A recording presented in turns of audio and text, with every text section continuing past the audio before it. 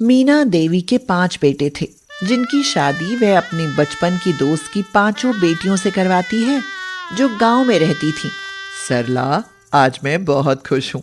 तेरी 5 बेटियां अब मेरी बहुएं बन गईं। मुझे भी इस बात की खुशी है कि हमने सालों पहले किया अपना वादा पूरा किया और अपने बच्चों की शादी करवा दी।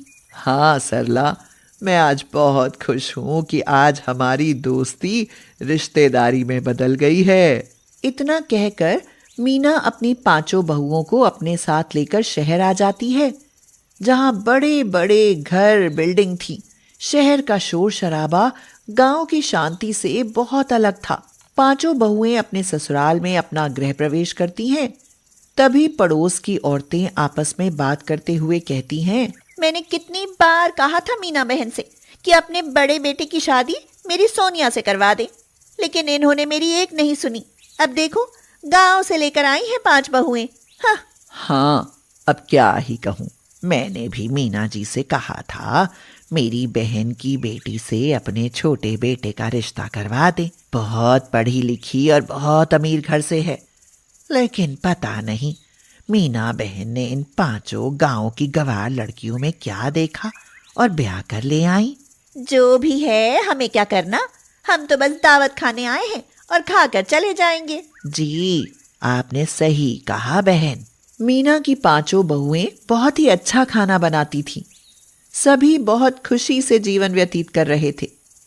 एक दिन मीना बाजार से गुस्से में वापस आती है, जिसे देख उसकी बड़ी बहू उससे कहती है, क्या हुआ माँ जी, आप इतनी नाराज क्यों हैं?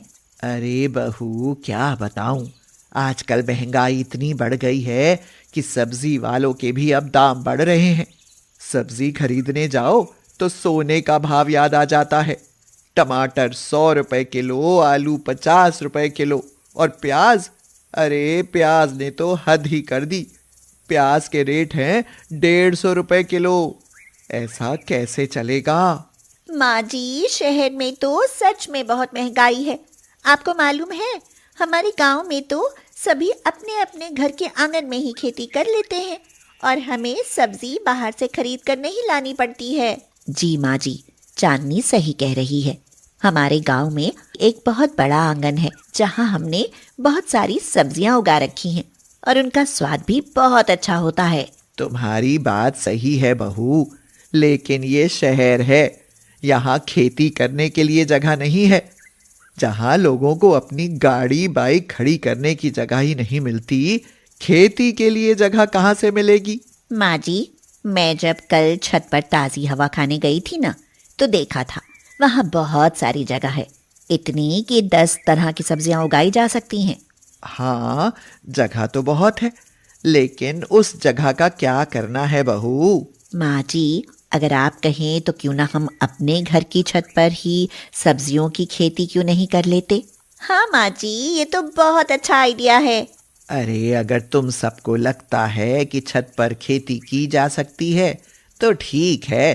तुम्हें जैसा सही लगे वैसा करो। ठीक है माँ जी। मीना की 5 बहुएं मिलकर छत पर खेती करने के लिए बाहर से मिट्टी और खाद मंगाती हैं और कुछ बीज भी घर में जो सब्जियां रखी होती हैं उनमें से इस्तेमाल करती हैं और छत पर जो जगह खाली थी उस जगह पर सब्जियों की खेती करती हैं। अरे अरे मीना बहन, आजकल आपके घर में क्या चल रहा है। हमने सुना है आपकी 5 बहुएं छत पर खेती करती हैं। हाँ मीना बहन, मैंने तो खुद आपकी 5 बहुओं को छत पर सब्जी उगाते हुए देखा है। आप ना अपनी बहुओं को कुछ दिनों के लिए गांव छोड़कर आ जाओ। बेचारियों को गांव की गोबर मट्टी की याद आ रही है। शायद इसीलिए अपने घर की छत पर ही खेती करने लगी हैं। अरे नीलम बहन, वो तुमने सुना नहीं है?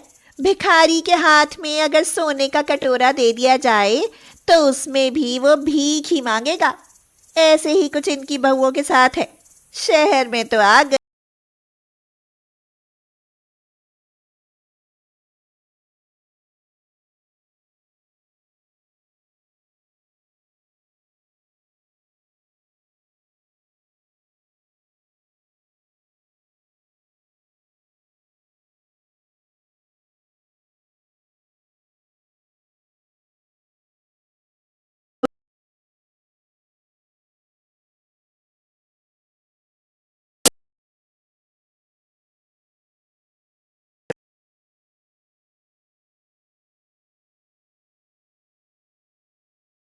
है।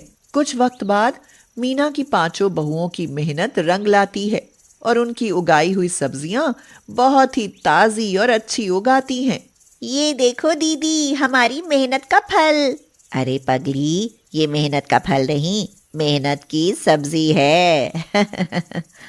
अरे वाह, आज तो तुम सब ने कमाल कर दिया।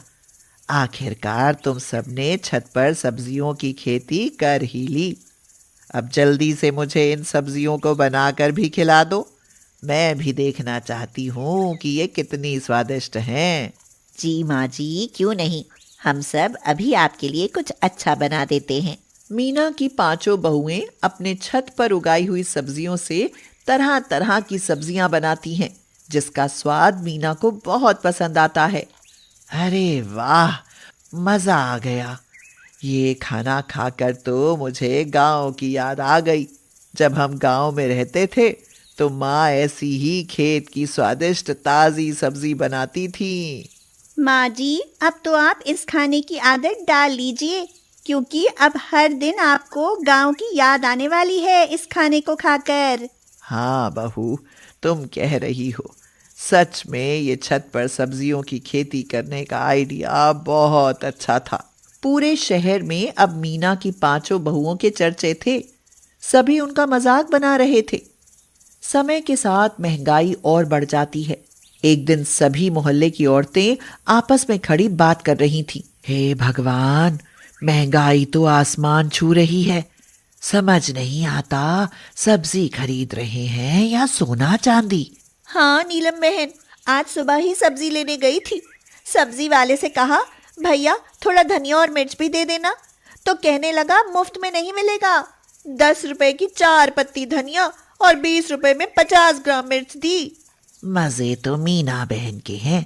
उनकी गांव से आई पांचों बहुओं ने अपने घर की छत पर ही सब्जियों की खेती की है। वो तो बच गई ना इस महंगाई से। हाँ, काश हमें भी सब्जियों की खेती करनी आती तो हम भी बाजार से महंगी सब्जी खरीदने से बच जाते। वैसे क्यों ना हम मीना बहन के पास जाकर उनकी बहुओं से सब्जियों की खेती करने के बारे में पूछे। फिर हम भी अपनी छत पर सब्जियां उगा लेंगे। हाँ, बात तो सही है। कम से कम हम इस महंगाई से तो बचेंगे और सब्जी खरीदने के पैसे भी नहीं देने पड़ेंगे। इतना कहकर सभी मीना के घर जाती हैं और माफी मांगते हुए कहती हैं, हमें माफ कर दीजिए मीना बहन। हमने आपकी बहुओं के बारे में न जाने क्या क्या अनाप शनाप कहा। हाँ मीना बहन, हमें अपनी गलती का एहसास है। आज के समय में महंगाई इतनी बढ़ गई है कि सब्जी खरीदना मुश्किल हो गया है, और मिलती भी है तो वो बासी सब्जियां होती हैं। हम भी अब तुम्हारी बहुओं की तरह ताजी सब्जियों की खेती करना चाहते हैं, वो भी छत पर। लेकिन तुम तो कुछ दिन पहले इनका मजाक बना रही थी ना। हाँ, हमें पता है कि हम गलत थे, इसीलिए हम आपसे और आपकी बहुओं से हाथ जोड़कर माफी मांग रहे हैं। कृपा करके हमें भी सब्जियों की खेती करना सिखा दो ना। माँ जी, अब ये माफ़ी मांग रहे हैं तो माफ़ कर दीजिए, और हमें इनकी मदद करनी चाहिए। ठीक है बहू, जैसा तुम्हें ठीक लगे। आंटी जी, जो हम कह रहे हैं आप वो सब सामान मंगवा लीजिए।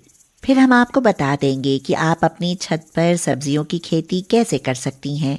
तुम सबका बहुत बहुत धन्यवाद। हमने तुम सभी को न जाने क्या क्या कहा और तुम सब कुछ भुलाकर हमारी मदद करना चाहती हो। आंटी जी, हमें हमेशा दूसरों की मदद करनी चाहिए, यही संसार का नियम है। मीना की पांचों बहुएं उन सभी को छत पर सब्जियों की खेती करना सिखाती हैं। रिया और सांची दोनों बचपन की सहेलियां थीं। वो स्कूल से कॉलेज तक हमेशा साथ रहीं। अब वो दिन आ चुका था जब उन दोनों को अलग अलग रास्ते पर जाना था।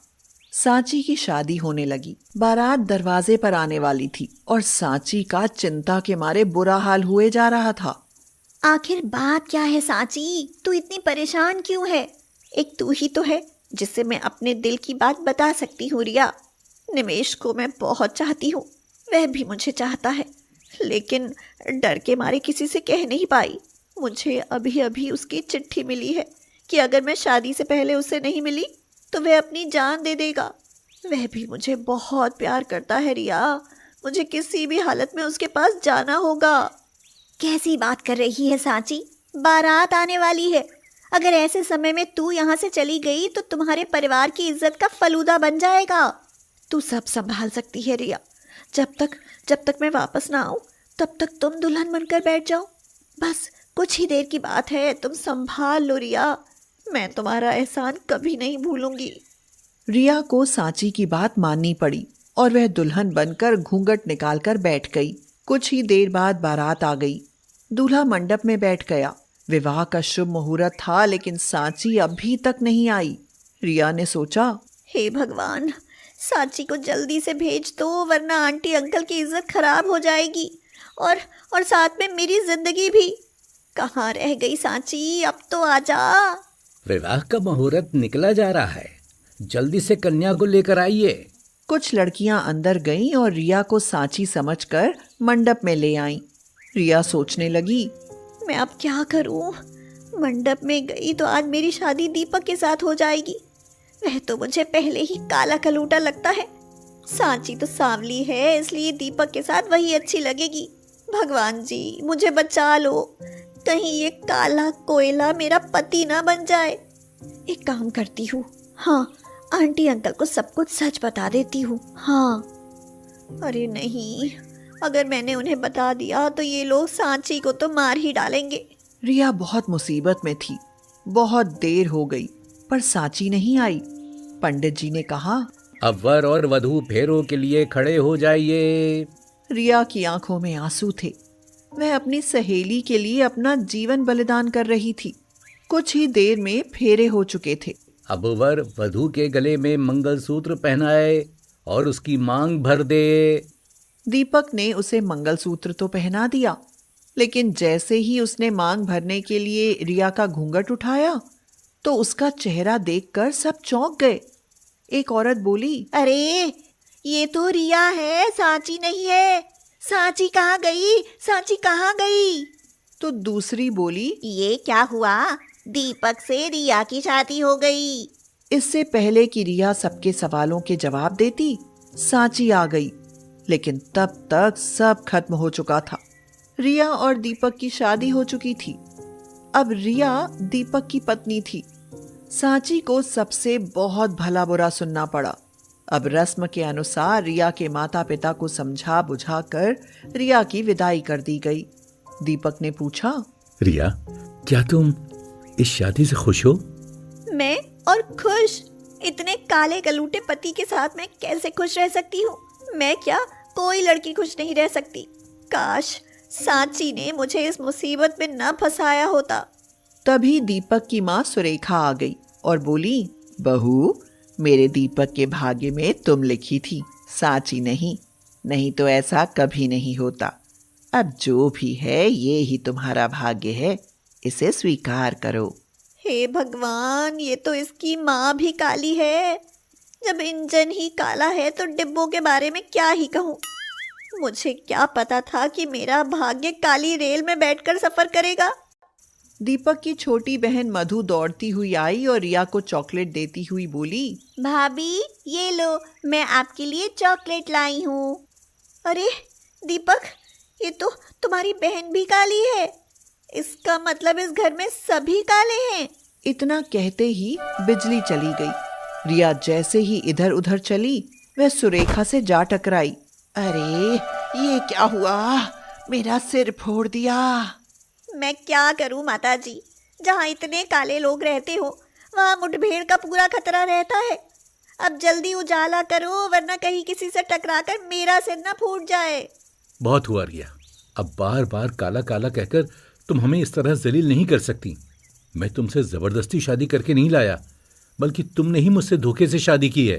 रिया जानती थी कि ये सब उसकी गलती से ही हुआ है और इसका दोष दीपक या उसके परिवार को देना गलत है। इसीलिए उसने चुप रहना ही ठीक समझा। अगले दिन वह सुबह उठी और रसोई में गई तो देखा सुरेखा चाय नाश्ता बना चुकी थी। सुरेखा ने कहा, बहू, आज तुम्हारा पहला दिन है, इतनी जल्दी उठने की क्या जरूरत थी? चलो अब चाय पी लो। रिया ने चाय देखी तो नाक मुंह सिकोड़कर बोली, उफ, यहाँ चाय भी काली। अब तो लगता है मुझे यहाँ हर चीज काली ही मिलेगी। चाय काली, बिस्किट काले और ये चुकंदर के पराठे। सारी जिंदगी में अंधेरा कायम हो गया। कुछ कहा क्या बहू? कुछ नहीं माँ जी, बस ये ही कह रही थी कि मैं चाय नहीं पीती। तो क्या हुआ, हमारे घर में क्या दूध की कमी है? ये लो दूध, और अब रोज दूध ही पीना। हाँ। रिया का दिन गुजारना मुश्किल हो गया। वह जल्दी से जल्दी इन काले लोगों से निकलकर अपने घर जाना चाहती थी। ये सब सोचते सोचते रात हो गई। दीपक ने पूछा, रिया, अब कब तक ऐसे रहोगी? क्या हम अपना जीवन नए सिरे से शुरू नहीं कर सकते? जिंदगी की शुरुआत और तुम्हारे साथ कभी नहीं। हाँ। ये कहकर रिया करवट लेकर सो गई। रात के 2 बज चुके थे। रिया ने सपना देखा। दीपक और रिया दोनों एक हो चुके हैं। उसके बाद रिया ने कई बच्चों को जन्म दिया। वो सारे बच्चे काले रंग के पैदा हुए। उन बच्चों को देखकर रिया की चीख निकल गई। दीपक ने घबरा कर पूछा, रिया, क्या हुआ? क्या हुआ रिया? नहीं नहीं, मेरे बच्चे काले नहीं हो सकते। मैं काले बच्चों की माँ कभी नहीं बन सकती। बच्चे? कैसे बच्चे? किसके बच्चे? रिया नींद से जागी और रोने लगी। शायद उसे काले पति और उसके परिवार वालों को देखकर गहरा सदमा लगा और वह बीमार पड़ गई। 15 दिन गुजर गए। रिया को तेज बुखार ने बिस्तर से नहीं उठने दिया। दवाइयों का असर भी नहीं हुआ। सुरेखा रात दिन उसकी सेवा में लगी रहती। मधु भी उसके माथे पर पानी की पट्टियां रखती रहती और दीपक, उसने तो चिंता के मारे खाना पीना और सोना सब छोड़ दिया। रिया, मैंने मन्नत मांगी है, जब तक तुम ठीक नहीं हो जाती तब तक मैं अन्न पानी कुछ नहीं लूंगा। हाँ बेटा, मैं भी नंगे पांव जाकर काली माँ के दर्शन करके तुम्हारे लिए प्रसाद लेकर आऊंगी। रिया जिन लोगों से इतनी नफरत करती थी, आज उनके मन में अपने लिए इतना प्यार देखकर उसकी आंखें भर आईं। वह मन ही मन खुद को कोसती रही। रिया ने बहुत कहा, लेकिन दीपक ने 2 दिन तक कुछ नहीं खाया पिया। सुरेखा नंगे पांव जाकर काली माँ के मंदिर से प्रसाद लेकर आई और रिया को खिलाया। रिया की हरकतों से शायद भगवान ही नाराज थे, क्योंकि प्रसाद खाने के बाद वह एकदम से अच्छी होती चली गई। अपनी सास के पैर में छाले देखकर रिया बहुत दुखी हुई और बोली, मैं बहुत गलत थी माँ जी। मैंने बस काला रंग देखा, मगर मैं आप लोगों के दिल की खूबसूरती नहीं पहचान पाई। दीपक, 2 दिन भूखे रहने से तुम्हारा चेहरा कितना मुरझा गया है। मैं तो तुमसे नफरत करती थी और तुमने मेरे लिए सब कुछ त्याग दिया। कितनी बेवकूफ थी मैं जो तुम लोगों के प्यार को नहीं पहचान पाई। अच्छा हुआ जो सांची तुम्हारी जिंदगी से चली गई और मैं आ गई, वरना इतना प्यार करने वाला परिवार मुझे कैसे मिलता। आज मैं बहुत खुश हूं रिया कि तुमने हमें समझा, लेकिन तुम्हारे लिए दुख है कि तुम्हें काला पति और काला परिवार मिला। तुम चिंता मत करो दीपक, अब मैं ऐसे प्रोडक्ट यूज करूंगी कि तुम सब लोग भी मेरी तरह गोरे हो जाओगे। ये सुनकर सब हंस पड़े। अब गोरी बहू अपने काले ससुराल वालों के साथ बहुत खुश थी।